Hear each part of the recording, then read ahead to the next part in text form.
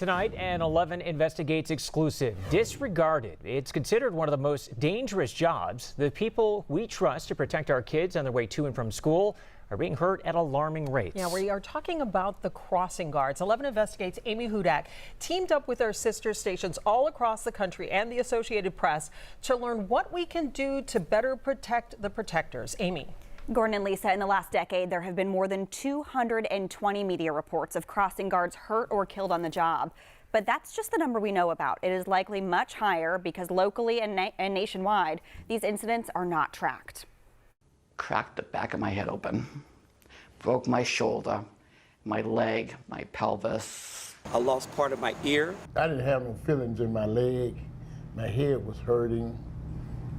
Blood was running down my arm. Virgil Woods had a brain bleed. He's back on the job, but the driver was never charged. I still see the headlights coming at me. That's Becky Evans lying on the ground in her reflective vest. She is still learning to talk.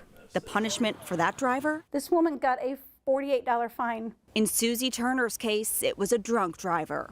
It's that moment that I believed in the afterlife. The driver walked away in an ankle monitor, not a day in jail.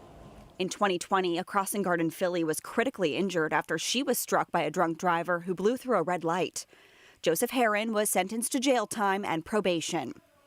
A driver in Philadelphia intentionally rammed a crossing guard with his car after she yelled at him. 9 years later, the driver still hasn't been found. And you might remember Miss Rita. She was hit at a busy intersection near Stowe Rocks High School in 2015. The driver was ticketed for failing to stop at a stop sign.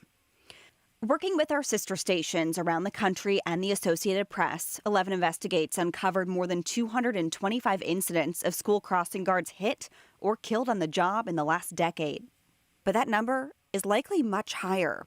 That's because we learned no one tracks that information nationally, and only 2 states, Massachusetts and New Jersey, keep track locally. Veteran crossing guards protect kids at one of the busiest intersections in Pittsburgh, Beechwood Boulevard and Phillips Avenue. Donna McManus oversees 65 crossing guards in Pittsburgh. We're the people that are on the front line. We're the people that are stepping out into the intersection first to make sure the coast is clear. Drivers rushing to get somewhere or distracted. I know my people daily have close calls. Of the more than 180 cases we could track, we found more than 70% of the drivers who hit crossing guards faced no serious charges. Dozens didn't even get a ticket. And at least 3 dozen of the incidents we tracked were hit and runs. In a handful of those, the driver was never found.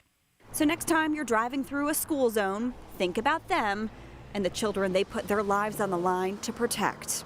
Put your phones down, pay attention to what's around you, and don't be in a hurry to zip through the yellow light or blow through a school zone because, you know, you're a small moment away from a tragedy, and we don't want to have that here in the city of Pittsburgh.